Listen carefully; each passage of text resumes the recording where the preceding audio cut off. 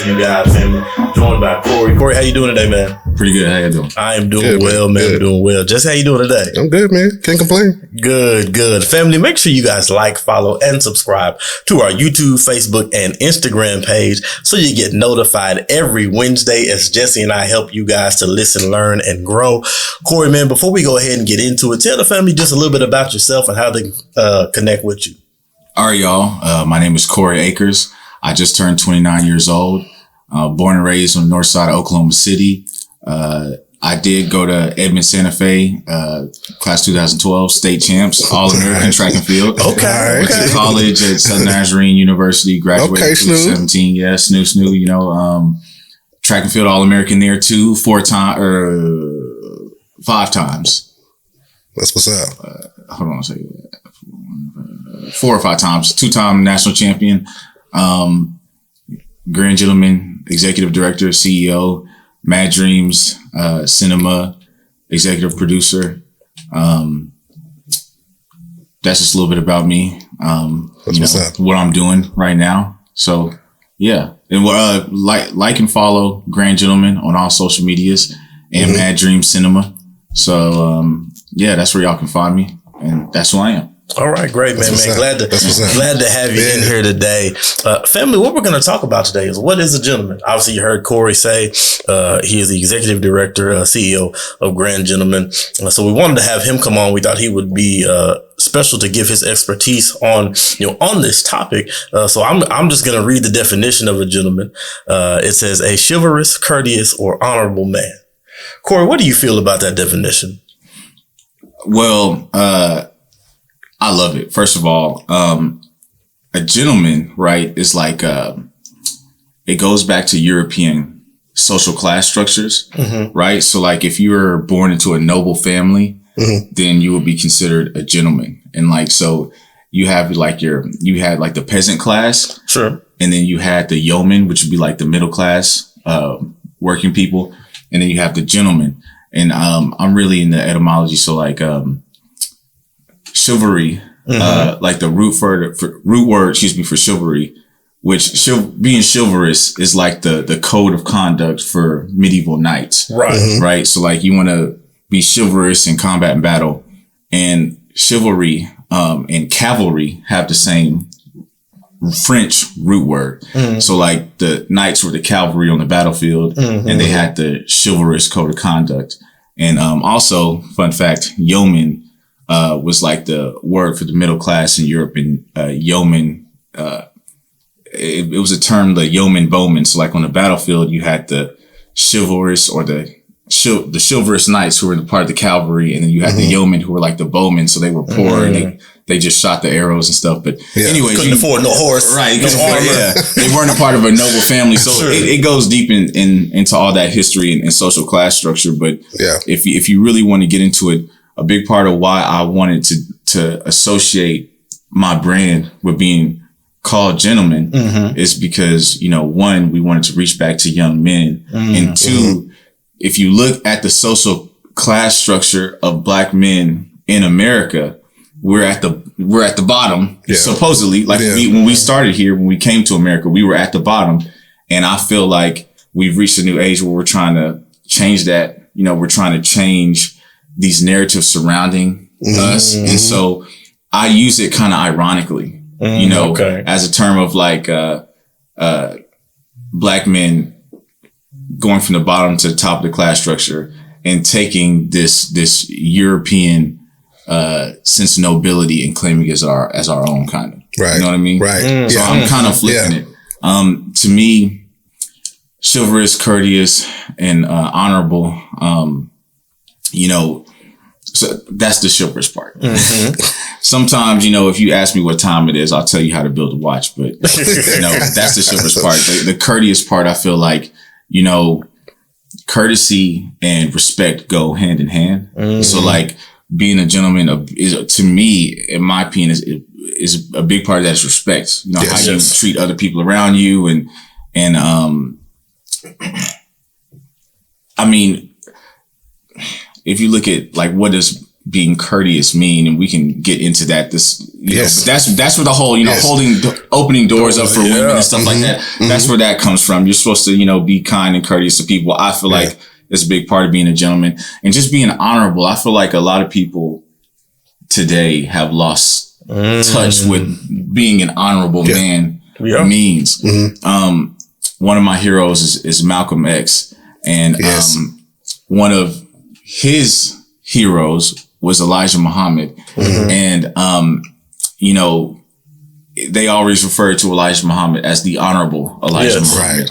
Right. Now, whether or not he upheld that is debatable. It's debatable. Right. You know what? No, let's debate a little bit. Because Elijah Muhammad did so much for Black people. Yes. And we don't talk about it because of, what he got caught up in later. For his humanness. Right. Without Elijah Muhammad, you have no Malcolm X. Without Elijah Muhammad, you have no Muhammad Ali. That's right. Without Elijah Muhammad, you have no Minister Farrakhan. Without Minister Farrakhan, you don't have a Million Man March. Right. And without Minister Farrakhan, these rappers in the 90s, they probably killing each other. Still. Right. You know what I'm saying? We probably have way more fatalities as rappers in the 90s. So shout out to the honorable Elijah Muhammad for everything that he started, because I drew a lot of inspiration from him and what he did with the Nation of Islam. But we can get into that later. So chivalrous, courteous, and honorable I actually like the dictionary definition, because that definition doesn't attach the class aspect to it. It doesn't, you can be any race and be those three things. Any man can be those three things. So those are three things that I feel like every man should strive to be. Agreed. Very true. So very true. Jesse, how do you feel about the definition of what a gentleman is, or how do you define a gentleman in your own terms? Man, I agree. I think from my grandfather, he taught me from an early age that, excuse me, holding open the door, right? I think I was probably about 7 or 8, and we were walking out of their home. And he just looked and turned. He said, "Papa, every single time that your grandmother and your mother are walking out the door, it's your job to hold the door for them. That's what you do. That's one of the things that, you being a man is about." So he was huge on making sure that my mannerisms were that they were filled with courtesy. That your speech, not only are you courageous in your speech, but that you understand that your words possess the power, right? I think that plays a major part in being a gentleman. Like you said, that my command of language is important. Right. Etymology, words, they matter, right? The spelling, let's call it for a reason, right? We got into that a little bit, but it's important. So I totally agree with you in terms of what it means. Those three things we should always be in pursuit of. Will we obtain them? We don't know. Right. But the fact that we're working towards them, it has to be a must. No, I definitely agree, and I'm right there with you, brothers, in that definition. And I think as you made mention of, that sometimes in our humanness we can stumble, we can fall, going to. and things get messed up, and society is then so quick to, if you were up on this pedestal and you were, the prime example of a gentleman, maybe in your own right, but you got caught maybe over here with Susie and you shouldn't have been, or you got caught, somewhere you had no business. Quick to cancel, right? Right. Yeah. And never quick to forgive, right? Well, certain people. Right. Now, some folks can beat their wives every Tuesday for a year and nobody ever say anything to them. But I'm going to digress, and we'll get back. We'll get back on topic, but it's, Korey, now I agree with you that it's very important that we can, reach back to that. And then as Black men, in this country, claim that, for our own. Why do you think maybe, we've gotten away from that a little bit? That, because as Jesse said, our grandfather, and this was just, 80s, early 90s, where it was always, you didn't get caught outside without at least your button up shirt and your slacks on. Now, obviously, you can still dress a certain way, and I believe, you can still carry yourself as a gentleman, right? But why do you feel maybe we've gotten away from many of these characteristics that gentlemen possess? So the answer to that is political, social, and economic. There's so many layers to it. So for one, there's a book called Countering the Conspiracy to Destroy Black Boys by Jawanza Nkufu. Okay. And I encourage you all to read it. Okay. Viewers, check this book out. And you can even look up on YouTube some of his lectures. He does lectures and seminars over this. And we can get to that later. But so I'm sorry, Jawanza Nkufu. Just go with it. Yeah. Just go with it.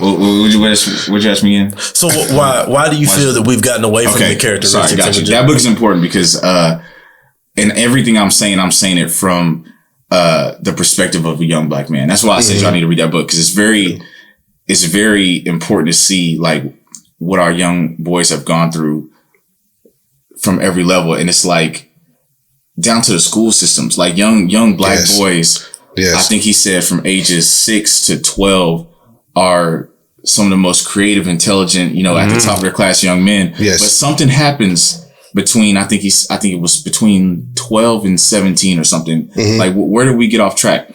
So, let's see. Black men have been systemically have been told not to be a gentleman. You see what I'm saying? Like there are so many, let's start with mass incarceration, right? Right. And taking the Black man out of the home. Right. If there's no Black man in the home, who's going to teach his son how to be a gentleman? Right. You know what I'm saying? Yeah. And like, you have to understand, as men, we have power and authority and we have privilege, right? And so if we don't know how to use that properly, then we'll never understand what it means to be a gentleman or you know what I mean? Right. And so when you start taking Black men out the homes and putting them in jail or killing them or doing whatever you're doing, you're destroying that structure that a lot of white families have had for generations. Yes, sir. You see what I'm saying? So yes, sir. That's a big part of it. Culturally, if you think about it, we're the only people who become wealthy by tearing each other down.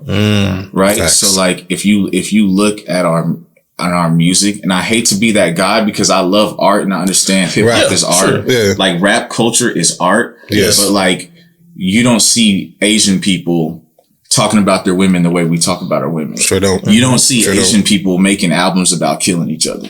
You know what I mean? And so you don't, any community, the Native American community, the Mexican community, country music. Country music artists go quadruple platinum. Yes. And you don't hear one song about him killing somebody on his block. It's ridiculous. We're the only people who consume this kind of stuff. Right. Or excuse me, let me rewind. Sorry.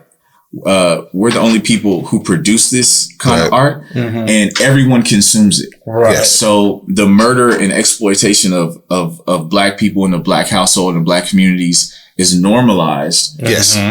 And the opposite isn't, right? So that's why being a gentleman is important to me, because we get so much of the negative. Yes. And I want to give something positive or just give something different. You know what I'm saying? So it's just, to me, I feel like, and let me rewind again. So I'm heavily inspired by the Black Panthers and the Nation of Islam, structurally, right? So like, there's a very powerful scene in the movie, in the Malcolm X movie, where Brother Johnson gets beat up and he's in a police station. Yes, and Malcolm the dude runs in. Brother Johnson got beat up. He's unconscious. He's in the hospital. Malcolm pulls up on him with hundreds of Black men. Go back and watch that scene. Yeah, I remember that scene. Not only do they have this discipline about them, like they're all lined up, very militant, and you hear the word militant, and white people love using it to the word militant in regards to Black people to scare. Like, negative connotation. They're so militant, but like, for anything else, it's okay. And it's like they love the military though. You know what I mean? Y'all love the military, but it's really about discipline. And but if you go back and watch that scene, all those dudes are sharp. They all got like ties, bow ties on, suits, top coats, fedoras, and all that stuff, and they're not causing no trouble. But they will if they have to. You know what I mean? So that structure and presentation that the Nation of Islam had. I saw that when I was a kid. I was like, I like that because they took them seriously. That's right. You know what I mean? That's right. During 2020, I saw dudes crunk dancing in the street and break dancing in the street. Like, man, people ain't gonna take us seriously. This is your protest, bro. Like, this is kind of silly. Right. This is a joke. Right. But back then, we were taken seriously. You go back and look at pictures of Martin Luther King. When they were like marching on Selma, they all, had their suits on, suited and booted, right? You know what I mean? So the image is, to me, important because if you look like you serious, people gonna take you serious. Right. For the most part. Right. You know what I mean? But for me, what's more important is about, how you carry yourself and what does it mean to actually stand for something? Your character has more to do with being a gentleman than your wardrobe does. You know what I'm saying? So, but anyway, so that's the Nation of Islam. If you look at the Black Panthers, what they were doing socially, you know what I mean? And I think the Panthers got a lot right socially, but they didn't understand the presentation. They had style, but the black leather and berets scared people. Yes. Right? If the Black Panthers had looked more like the Nation of Islam, yes, sir, they were black. So either way, people were going to be like, but if they had presented themselves more like that with the kind of platforms and presentations they had, they would have gotten a lot farther. Agreed. So my goal with it is I want to have social programs like the Panthers with a presentation like of the nation. Yes, sir. But I want to serve my message in a way that's a little bit more palatable, right? Yes. But the reason I'm back to your question. The reason I brought them up is because where do we lose our way? You know what I mean? If you think, the 60s and the early 70s, we had those two organizations that were leading the charge. Black men in the homes, black men leading organizations, being actual gentlemen. You know what I mean? You can, the Malcolm X and Martin Luther King obviously are like the two heroes of the movement, but there are so many other people, and all these people carry themselves like gentlemen. Harry Belafonte, Medgar Evers. What was that? Evers. You said what? Medgar. Yeah. Civil rights leader, activist. Oh, okay, yeah. Who else was I thinking? The actor. He just passed away last year. Oh, handsome dark-skinned brother. Guess who's coming? Sidney Poitier. Yes. All these people. You know what I mean? The black gentleman was there. Yeah. And we lost him. What happened? I blame Ronald Reagan. Let me ask you, why do you blame Reagan? Man, Ronald Reagan should be public enemy number one in terms of destroying black households, in terms of destroying images of black men, in terms of destroying black communities, and getting rid of that image of a man, a leader, a black gentleman in the homes, cracking down on crime, on introducing drugs in the neighborhoods. Sure. Right. You know what I mean? Right. Like Reagan was the worst.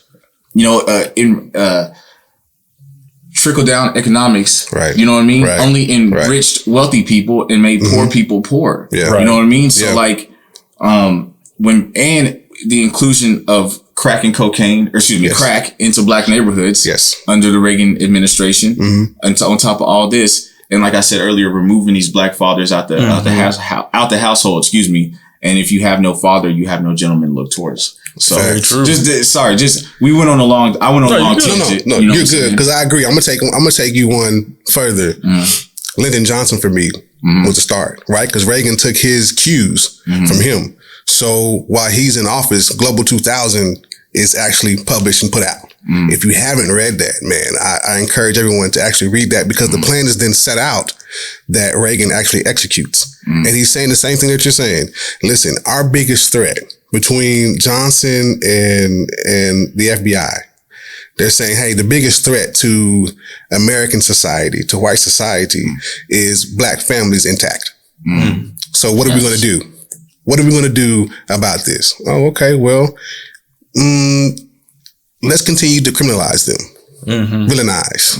Okay, let's make sure that we continue what we started in slavery here to make sure that, hey, the men that are there, we're going to demasculate them. We're going to make sure the women know that you really don't need them, right? Like we don't have to be in the house in order for you to be successful.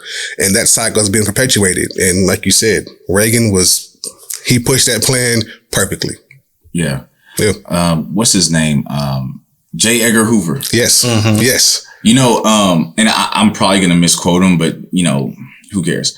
I believe he said the number one threat to public safety was the Negro or something like that, right? Yes. So like you have to understand that the black male image has been tarnished in this country from the jump, right? From day one. And also, let's really get into it. If you Google gentlemen type in gentlemen in Google and go to images and tell me how long it takes for you to see a black man.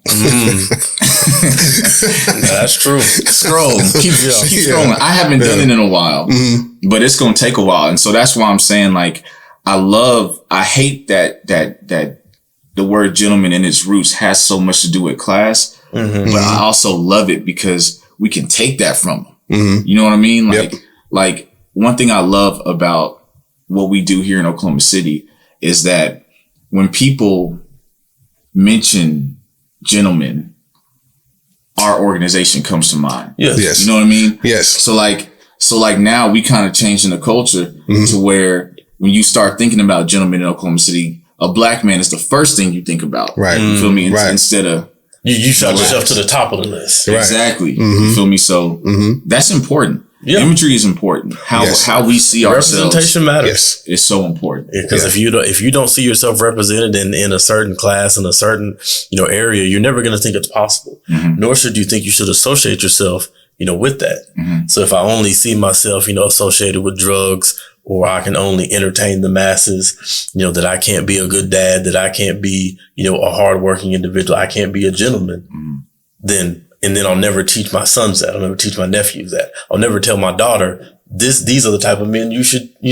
want to attract. Right. If you're not attracting gentlemen, we need to sit down and have a conversation. Right. And you got to be that in order for her to know that's what she needs. Yes, sir. Yes, sir. So yes, sir. It's important. Understand, like you said, that the knowledge of self. Like I take that same, because Malcolm X was my childhood hero, still to this day, right? And just understanding that, the nation, it does speak to that often. And I think as a community, we lost that, right? And it was lost between the transition from freedom from slavery to, like you said, late 60s, to make sure that we don't know. Because we act in the manner in which we act because we don't know who we are, right? If we actually take the time to actually do the research and understand where exactly we come from, right? That we understand, like you're saying, that being a gentleman is a part of, our heritage and DNA. If you understand that you come from kings and queens, then understand that, listen, as a people, we brought light to the world. Right. And so if you don't know that, then you don't know that I'm supposed to conduct myself in a particular manner. Right. So I think to answer that question, that statement that you had was to say, hey, we have to do a better job. First, educating ourselves on who we are, and then making sure that message is spread throughout our community with the work that you're doing. Right. Well, education is really important to my organization. Actually, it's like a focal point. Like we want to focus on our programs. We want to focus on education, entrepreneurship, and professionalism, right? Yeah. So like in 2018, we started our Man of the Year Scholarship Award. I saw that, man. Keep doing that, man. That's great stuff. Appreciate it. Because like it got to a certain point, we were promoting this image of like of the black gentleman, but like, we wanted to do something more, something tangible, like you can only talk so much, you know what I mean? Like, like I said, I'm heavily inspired by the civil rights movement, and you can stand in front of the press and talk all you want to, but eventually you got to get out there and march. You got to protest. You got to go do something. You got to do the work. So I thought to myself, I was like, I sat down with my squad. We were shout out to my best bud Daquan. We were at Daquan's house. I was sitting on his couch, and we were all like, man, what can we do to really impact the streets? And I had to think, like, what's the coolest thing I could possibly do? Like, you know what I mean? And to me, giving out scholarships is the dopest thing I could think of, because what what's more baller than just giving people money? Right. That's true. You know what I mean? Yeah, but like, that's true. But in the sense of like, we giving it back to these young kids in our own communities to help them get through school, to help them. And it's not even like, we've scholarship kids who go to Metro Tech, Francis Tuttle, kids who are just entrepreneurs and want to work on their art. You know, so the Man of the Year award isn't just a scholarship. Just to go to college. Just go to college, right? If you start in a business, if you're leaving, if you're graduating and you're like, my Verdine Thompson, our year 2 winner, he's an artist. He just wanted to focus on his art. He's at the Paseo. He's got a little setup at the Paseo and he's doing his thing. He sells art all the time. He's a great kid. So we want to foster the creativeness in these young men as well. You know what I mean? And, you know, help them promote, help promote their business and get, you know, go to school. So to me, you have to actually be doing some work. Yeah. Our motto is actually, a gentleman is a man of the people. I like that. To me, that's what it means. I don't want to get people lost in the sauce in terms of like, oh, you got to dress a certain way to do this. Yeah. Sure. To me, so like, for instance, we believe representation in media is important. It's like we do photo shoots and video shoots and stuff like that. But like we also go to elementary schools and middle schools and teach the young boys how to tie ties and tell them about, you know, being a man and the tools to success and all this stuff. And I feel like that's really important. And if you're going to be a part of my organization, I would rather you do that than put a suit on and get in front of the camera. And just come take pictures. Right. You know, because that's actually what's important. That's the work. You never know who you're going to impact. And right. Like they see you. It's ironic. So 2 things led to the creation of my organization. Besides my influence from the people in the movement, when I saw Barack Obama for the first time, I didn't know that they still made black men like this. You know what I mean? I remember looking at him like, what? I remember him talking. Right. You know what I mean? Like I remember the first time I heard Barack Obama speak. Right. And I remember right then and there, I want to be like that. Yeah. One day, like I want to be able to talk to people and I want people to look at me like this. Yeah. So there's that. But also the second thing was the death of Mr. Trayvon Martin. Yeah. Who is a year younger than me. Yeah. Right. Or would have been a year younger than me. Yeah. And I just remember how the media made him look. Right. Yeah. Right. How they tried to tear him down. It was his fault. Yeah. Right. Yeah. You know what I mean? For carrying a pack of Skittles. Right. Right. In his own neighborhood. Somebody following you. Right. Stalking you. Hunting you. Yeah. You beat him up. He pull a gun out of you and shoot you. And he don't go to jail. It's ridiculous. And not only that. After the police told him to leave you alone. He called the police. They said, do not pursue. And he pursued anyway. That should have been enough to go to jail right there. That's right. But instead of him going to jail, the media tore down this young man who never did nothing wrong. Right. And even if he did have a record or, you know what I mean, or something. That was irrelevant. It's irrelevant. Is that a right to take his life? It is not. It does not give you permission to take somebody's life. So I remember seeing this and thinking to myself, I want to be proactive. And I want to get black people together, but more importantly, black men together to stand for something.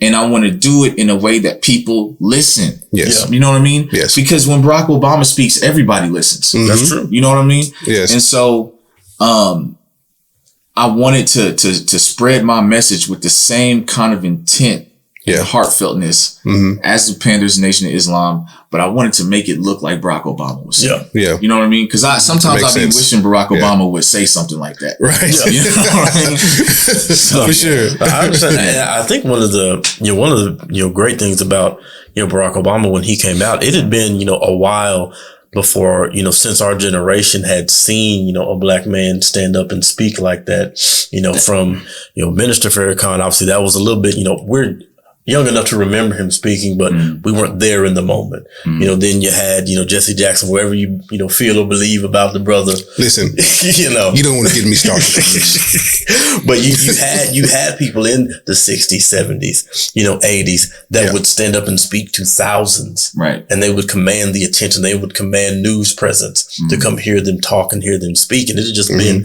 so long for us to see somebody who wasn't an athlete, who wasn't an entertainer, especially somebody somebody in politics achieving the highest office that the world has to offer. And, so, a lot of us said, oh, and held it down too. Yeah, this is, and then got reelected. Right. This is different. Yeah. Because if you ask your grandparents if they ever would have thought that there would have been a black president, most of them would have probably said, why are you possessed right now? Yes. Get out of my house with these lies. And you know what though, man? It's the thing about it is that the office is evil. Mm-hmm. You know what I mean? If you are the president of the United States, you are the supreme emperor of evil. And the job in and of itself, you gonna do something wrong. Right. Barack Obama is not without blame. Sure. During his presidency. Mm-hmm. Facts. Blood was shed on his behalf. Mm-hmm. You know what I mean? Mm-hmm. But, with that being said, what he means to me socially. Cannot be understated. And he 100% was a gentleman. And we just need more of that. I feel like we're the only group of people who, and I think, and Malcolm says this, he has a speech where he says, we're the only group of people who get all of our like news from celebrities. Like all of our heroes, our spokespeople are all football players and basketball players and stuff. You know what I mean? And it's like, so for instance, we shouldn't wait for Kanye or LeBron to say something before. That's right. You know what I mean? Before it's important to before us. the community moves. Right. You know what I mean? And that bothers me. And that's why I'm doing this, because I understand if I or someone in my organization doesn't become the guy, then maybe somebody we mentor or scholarship can go off and be the guy to lead us out. You're planting the seed. Right. That's the whole may not, you may not see the tree grow, it may not sprout in your lifetime. Right. But, a few generations down the road, oh man, I remember I heard Korey speaking, or I went to he taught me how to tie my tie. Yeah. And now look where I am today. Yes. Because I'm pretty sure, that, Barack Obama would say there was somebody that he saw, somebody that, helped him along the way that probably didn't even know, what it was they were doing, what it was they were speaking into him that, led for him to be where he was. And, that's one of the biggest things, especially for us as black men, is we can't shun the responsibility of mentoring, young black men outside of our sons, because we all aspire for our sons to be better than we are. But you also have to understand that, your son, he's going to grow up, he's going to have friends. Right. And they're going to look at you and what kind of life are you living? Are you going to inspire them? You may be the only father figure that they see. You may be the only positive male role model that they ever take in. So working with kids, I've been working with you since 2018 professionally. We've been doing like mentorship and stuff since 2014 at least, but 2018 to 2022 now, I've been working with kids professionally. And I do work in predominantly black communities. But every now and then, I'll have a kid who's like white or Hispanic or even Asian. And I think to myself, I have to be a good man because I might be his first real relationship with a black man or his first real encounter with a black man. And if I'm not a good man, his conception of what a black man is for the rest of his life could be negative. Right? It'll be negative. And so I feel like that's a responsibility that only black men have. Right. That's true. Right. Because white men can be a scumbag. But Brad Pitt not a scumbag. Yeah. You feel me? And I say Brad Pitt because that's the white, you see white men on TV all day. Yeah. In a positive light. In a positive light. You know what I mean? We don't get those positive roles all the time. That's true. They want us on there, love and hip hop. Denzel had to win for, he had to win an Oscar for Training Day. Right. He couldn't win for Glory. Love the 54. He didn't win for Malcolm X. He didn't win for Philadelphia. Yeah. What was playing the coach in Remember the Titans? Remember the Titans. He should have won something for Remember the Titans. Yes, he should have. To me, in my opinion, the greatest sports movie of all time. And let's side tangent. Yes. Because Remember the Titans had everything you asking for. Yep. It was a movie about unity. It was a movie about black and white people coming together and working together against, the discrimination or whatever. Yeah. You got a film where you have people reaching out to racist white people, trying to bring them across the aisle. It had all all the criteria. Yeah. It did. What more do you want from this man? He got to be a dirty cop. Right. Get high on the job. Right. Because they can always point back to this is why you won the Oscar. Right. They don't want to point back to, because here's the kicker is, remember the Titans, although maybe the events of the movie weren't exactly accurate, but it's based on a true story. Right. On real life individuals that really lived and walked and talked that thing. And if we give Denzel the Oscar for this, then they're going to have something to hang their hat on. They're going to have something to point to and go, this was done just a few short years ago. Listen, I remember reading a little excerpt about why he actually won that for Training Day. And one of the writers said that it was the first time we seen him portrayed as a negative character. Up to that point, he was always a gentleman, right? He was always, and he did that on purpose, you know, to make sure that, again, like, we're being portrayed in the proper light. Yeah. But to me, when I read that, I was like, this is the issue.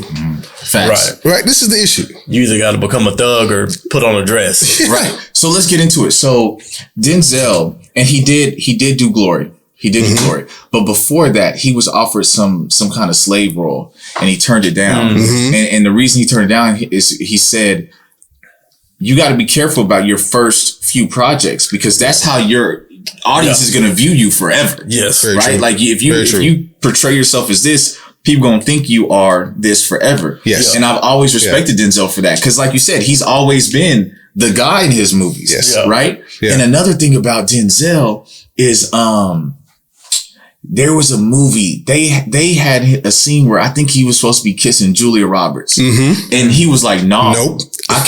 I can't do that. They was like, why you don't want to kiss just Julia Roberts? He was like, bro, my audience, my main audience is black women. Black women, yes. I can't be kissing Julia Roberts when half the people come to pull up for my films are black women support me. That's like a slap in the face. We don't got brothers like that no more. That's true. They just trying to get that check.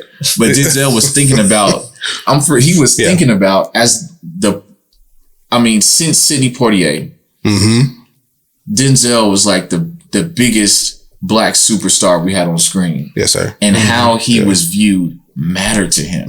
And that's why I'm so salty that his only award is for Training Day. Well, you think about this, and as you said, you do what you do to inspire people. You look who Denzel inspired, from Chadwick. And obviously, Luke.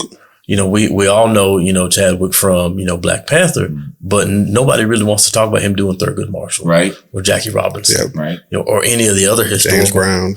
black figures that he portrayed and killed it. Right. Right. We want to talk about him playing a superhero, which I mean is great. Yeah.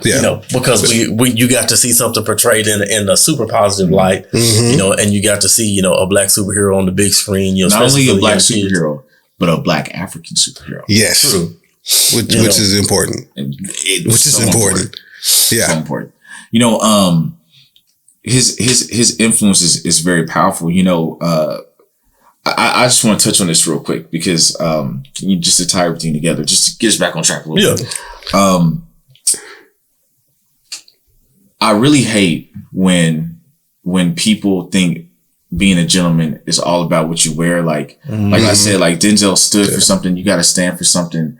I say this all the time, wearing the suit, the imagery of the suit, to me, in terms of the black gentleman, it's not about assimilation. It's about infiltration. Yes. Right? Yes. I'm not telling no young black man that we need to assimilate into white society and blah, blah, blah. And, whatever. I'm saying, no, listen, sometimes you got to do what you got to do to get where you want to go. Yes, sir. Put that suit on. Get into this corporate world, become an entrepreneur, get your degree, whatever. And once you become the man, you can kind of dictate that process. You get to dictate what professionalism is. Once you become the CEO, you can say, all right, bro, I understand. I'm hiring people from the ghetto. Y'all don't got to come to the job interview with suits on. Right. Or because I'm rich, I can do a suit drive. Right. We can get suits. That's one. We did a suit drive last year. I'm not rich, but we did a suit drive last year. Hit Korey up. I'm really proud of that because the thing is, I can't push this agenda like we need to be a gentleman, we need to be professional, and people out here poor and hungry, can't afford the suit. Can't afford it, bro. You gotta feed your family first. So I was like, man, how can we do this? So we gave away 150 suits. Man, that's great. In the community. We were on 36 and Kelly at Black Star Urban Culture Market. Shout out to Mr. B. Shout out to Larry and Black Star Urban Culture Market. Y'all go there, shop, support Black business. But we were out there 6-7 hours handing out suits, handing out ties, handing out shirts for 150. To me, that kind of proactiveness and reaching down to pull up is what's important. Yeah. And so to bring this back around for Denzel to see that he gave birth to the Chadwicks, to the Michael B. Jordans, who Michael B. Jordan is starting his own production company. Yeah. He putting women directors in the chair. Yeah. He putting Black producers out there. Like that's what's important. You know what I mean? To reach back. If you're not doing that, then what's the point? Yeah. If you're not creating an impact, then what are you doing? For me, that's a part of being a gentleman. You're just there to get money. You just about the money. You know what I mean? I do nonprofit work. And if anyone knows about nonprofit work, it's not about the money. It's not about the money. Hopefully, some people can eat off like doing nonprofits. Like it is a business, right? And to be honest, hopefully, I want to get to the point one day where I can, do my nonprofit full time and be able to live comfortably, right? Because I feel like I work hard. I'm helping people and giving back. And that is work that needs to be done. And if I can keep creating impact and helping people, why not do it as a career and be able to live comfortably? Yeah. Right. You know what I mean? Well, you should. You deserve that. Yeah. One last question I want to pose to you, brothers, is the gentleman respected today?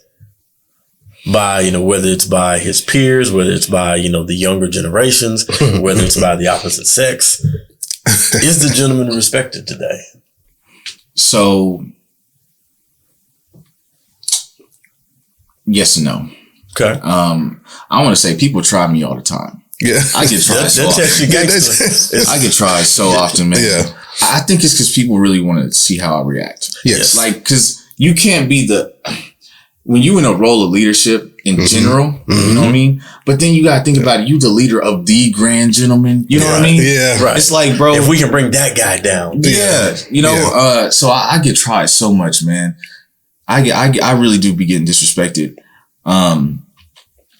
Let me ask you this: if you had on your do-rag and your best jersey, and you had your two-way page on, take you back to the 90s. Oh no, not the 90s. Do you think they would come to you the same way? No, because listen, people like when you wear suits and you try to talk properly and treat people with respect and you're chivalrous and courteous and honorable. You know what I mean? People think, you buy flowers. He not gonna fight. You know what I mean? If I can talk to him, he not gonna do nothing or whatever. That's what they think. You know what I'm saying? You got the do-rag on in the pager. He might get down. Right. But the truth is this. I do get down still with my suit on. That's right. Respectfully. Right. Only if I have to. Right. In self-defense. Right. You know what I mean? So don't disrespect me if you see me in the streets. But I think in terms of women, like, it's complicated because I can't really speak on behalf of women, but women say they want a gentleman. In theory, it sounds lovely, doesn't it? It sounds so good. So, but women also, I found in my experience, I'm not speaking generally. Yeah. Right. In my experience, well, let me rewind. I'm from the ghetto, bro. I'm from the north side. You know what I'm saying? So, that is still in me. Sure. You know what I mean? When you from, you know what I mean? That's where you was born and raised. You know what I mean? When you've seen something or you've been around, see, I was always the kid. I was always either a nerd or doing sports or something. So like I was in proximity to real high pressure situations. You know what I mean? But I wasn't out there really roughing it up. Yeah. So I know how to respond to certain things. So like, but generally in regards to women, I'll treat you nicely, but you're not gonna walk all over me either. And I think that's a fine line. That's a fine line. Yeah. It's for sure. It's the lion and the lamb. Right. Yeah. So that to answer your question, the gentleman is respected. And that was the question, right? Yes. The gentleman is respected, but it goes case by case and depends on the man. Like if you, as a man, as a gentleman, you got to understand not to let people walk all over you. Yeah. Not to take advantage of you. For sure. But still treat them kindly, courteously. You know, be kind and courteous always, but still be a man. Yeah. So, you know, I think Black people and Black culture should put more emphasis on being gentlemen. Yes. Because you're not going to make the shade room being a gentleman. No. Facts. Yeah. Facts. You're not going to make the shade room being a gentleman. One more time for those in the back. but you can inspire some young boys to be better. Yes. So what are we really doing? That's true. Jesse, what are your thoughts on that about the gentleman being respected into that? Man, I agree with Korey. For sure. It's a yes or no. It is a fine line. And me being a little bit older, right? I'm 40. I'm about to be 41. Man, so from the 80s and the 90s, you know, we see the transition, right? Yes. Because back in the day, it was, you know, Mary J was looking for real love, but everybody else was looking for a real thug. So you got to understand that being, you know, somebody who was a reader and who's, you know, I was raised, you know, with older individuals, right? Grandparents and, you know, great grandparents and things. So you carry yourself a certain way. And in doing so in middle school, right? Because on the South Side, listen, you had to adapt a little bit, because you're speaking how you doing, holding doors, whatever. Like, oh, you really soft and and so it does something to you, right? You're like, man, there's a decision that has to be made, and like you said, these young men, these young boys need that direction. Like, hey, stay who you are. Right. I had to make the decision because, you know, listen, I can let I can let old me because, you know, talk me down and let me go get my Timbs and all that stuff. Right. Or I'm gonna stay who I am. Right. And the reality is me staying who I am is gonna take me further. Right. You know, along the way. So, you know, like Korey said, that fine line right there. Understand, and like you said, lion or the lamb. I prefer to be a lamb. Right. I prefer that. Yeah. Because then you're gonna get the good morning, how are you doing? Do you need anything? Have a lovely day. You get the servant leadership from me. Yes. Now, don't get it twisted. 9 when they born. Yeah. I have something in me that'll flip just a little bit and the line will show up. Right. I'd much rather not go there. Right. I only want to go there if I have to. If I must, if I'm made to. Right? But just understand that, man, if we take it there, we're going all the way. Yeah. So let's not do that, right? Let's not do that. Allow us to use our words, right? To actually communicate and get over what we need to get over. So, you know, I think, and I'm gonna take a page from Korey. I'm not gonna speak for all women. We're not gonna do that. Right. But there are some that actually want the gentleman. Yeah. And so they're ready for that deeper, for that more meaningful, right? And that's not age restricted. That is to the mentality, that's to the maturity, that's to the awareness. So those who are aware will receive your state of being a gentleman and reciprocate to that end. Those who are not, then you get the rest of that. Sure. So, Korey, before we get out of here, what I would love for you to share with the families, man, what is Grand Gentleman going to be doing, you know, here in the future, and where do you see you guys, you know, going? Yes. Okay. It's a lot. Okay. You know what I'm saying? So let me break this down. So, you can go as far as your imagination or your willpower is willing to take you. You know what I mean? We've been doing this for a while now, and I've been learning a lot, and I got some ideas. So, Grand Gentleman as an overall brand is going to be split up kind of in 3 different areas. Okay. So first and foremost, we are a nonprofit organization. We, as an organization, as a foundation, we want to continue to mentor young Black men in Oklahoma City and young Hispanic men as well. I just added a member. Shout out to Armando. We reaching back to the communities too. You know what I mean? That's what's up. Upward mobility is important. Yes. You know what I'm saying? Oppressed communities are often in proximity to each other. That's right. And if you know, what's the point of lifting up the Black community and then we go into war with the Hispanic community? You know what I mean? Like for me, we all need to be moving up. So that's important to me. So giving back to and reaching back to the Black and brown communities as an organization, continuing to give out the scholarships, continuing to do the suit drives, to do the coat drives. We do back to school drives every year. We always, keep continuing to give back and help as many people as we can. Yeah. I want to get our nonprofit, to the point to where we're receiving millions of dollars in donations every year, and you can actually feel that change. Yeah. You know what I mean? Yeah. I don't want, for instance, I want to get to the point to where, and if this is for Oklahoma City, if anyone outside of Oklahoma City doesn't know this, but predominantly Black high schools in Oklahoma City are Douglas, Millwood. It's not Northeast anymore. It used Northeast ain't. I would say Northeast, right? We don't know what it is right now. So we'll say John Marshall, right? So so for instance, as a nonprofit, if we can say every Black man who's a senior at Douglas, Douglas John Marshall Millwood, all y'all getting a scholarship. If you going to college, you get a scholarship. If you going to Metro Tech, Francis Tuttle, you get a scholarship. Every single one. You don't even. All you have to do is apply. Yeah. All you have to do is apply.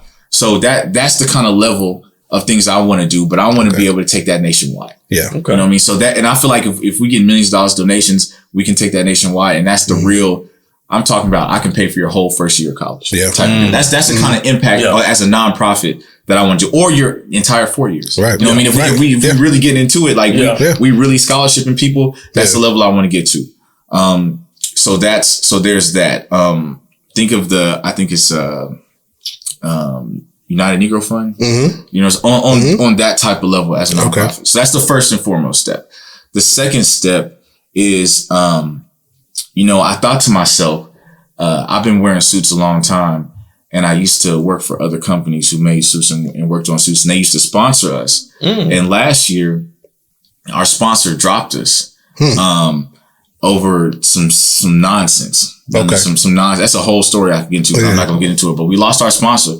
And so I'm thinking to myself, at this time, I was looking for other sponsors, and I was thinking to myself, I tell these young Black men all the time that you need to be your own boss. You need to learn about entrepreneurship. You need to do this, that, and the third. And I'm out here looking for sponsors. And so I was like, no, I'm not doing this no more. I'm going to learn how to make my own suits. Okay. And so now, there's a Grand Gentleman Incorporated, the nonprofit, and now I've started Grand Gentleman Supply Company. Okay. So we make our own custom suits now. That's nice. We make our own custom suits, and we're gonna start doing other grooming products like beard oils and stuff, beard butters. I'm gonna do but polo shirts and stuff. Just different stuff like that.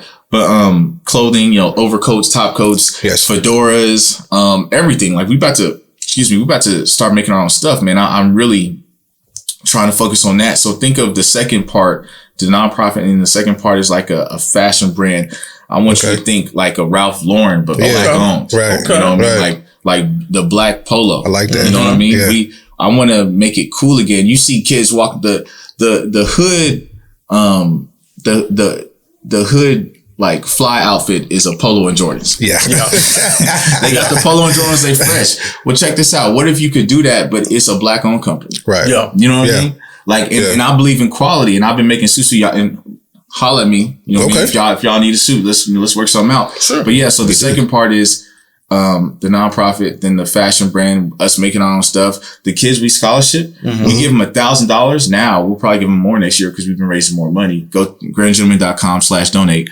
But $1,000. And this year because we lost our sponsor, I made them custom suits. No, so imagine being a senior in high school. Your first suit you get is a custom with your name in it. You pick the color you want, all that stuff. Oh man! So that's important to me. So that's the second part, and then the third part is, I want us to create our own kind of media outlet, right? So like, I want to start,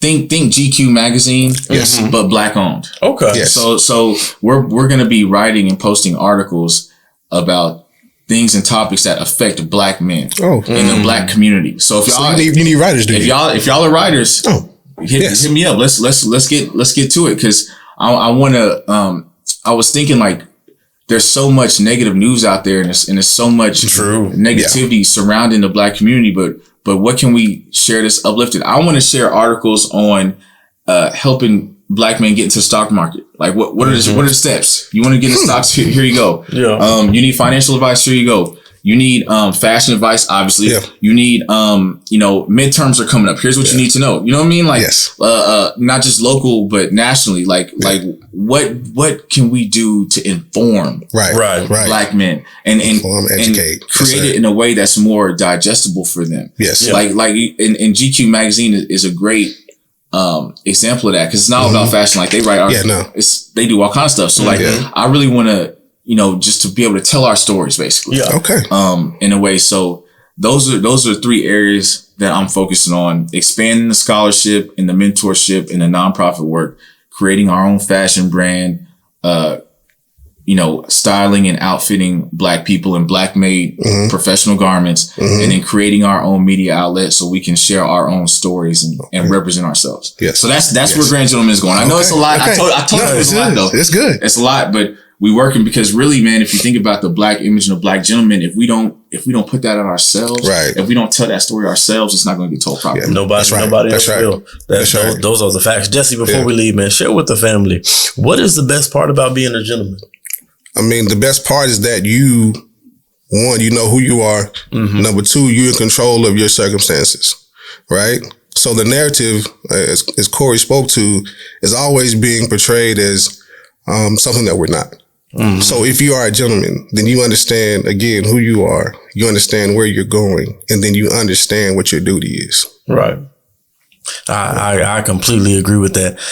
Family, it is very important, especially for the fellas, that, if along this journey called life, you don't, like Jesse said, you don't have to hitch yourself to the narrative, to the stereotypes, to the stigmas that, the media, that society, and sometimes even your own family will try to push on you. If you want to be a gentleman, there are many people, many great examples, like Korey, and his organization, and some that, all you gotta do is go look for them. So I would implore you all to go out there and look for gentlemen, and then model yourself after them. Family, we sure appreciate you guys for tuning in with us today. Make sure you like, follow, and subscribe to our Apple Podcast and our Spotify.